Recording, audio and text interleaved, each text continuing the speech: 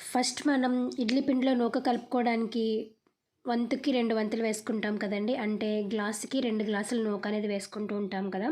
కొందరు ఇంకా కొంచెం ఎక్కువ వేస్తూ ఉంటారు.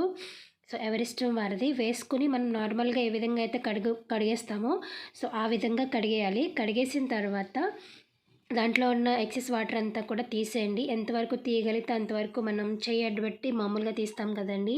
ఆ విధంగా తీసేయాలి. చూసారు కదా! తీసేసాను. ఇప్పుడు దీన్ని జనరల్‌గా మనం ఏం చేస్తూ ఉంటాం, గట్టిగా మన ప్రెషర్ అంతా ఉపయోగించి చేత్తో పిండి వేస్తూ ఉంటాం కదా! అలా కాకుండా ఇప్పుడు చూసారు కదండీ! ఆల్మోస్ట్ నేను గ్రైండర్‌లో మినపపిండి వేసాను. ఇది ఆల్మోస్ట్ నలిగింది.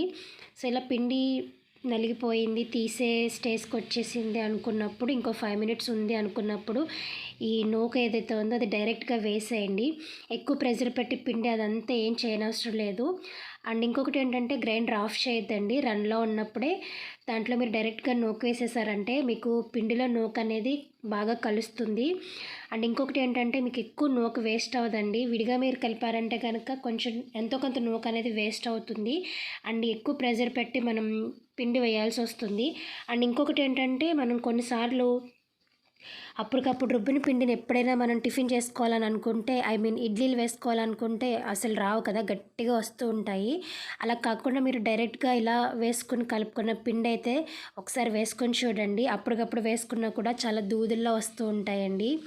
అండ్ మీకు తీసేటప్పుడు చాలా ఈజీగా తీసేయొచ్చనమాట.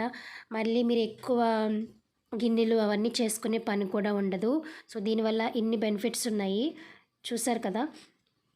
సో, నూకంతా వేసేసిన తర్వాత ఇంక నేను స్విచ్ ఆఫ్ చేసేసుకుని ఒక దాంట్లోకి తీసేసుకుంటున్నాను.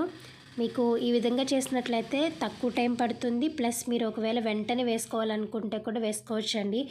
చాలా దూదుల్లా వస్తాయి ఇడ్లీలనేవి.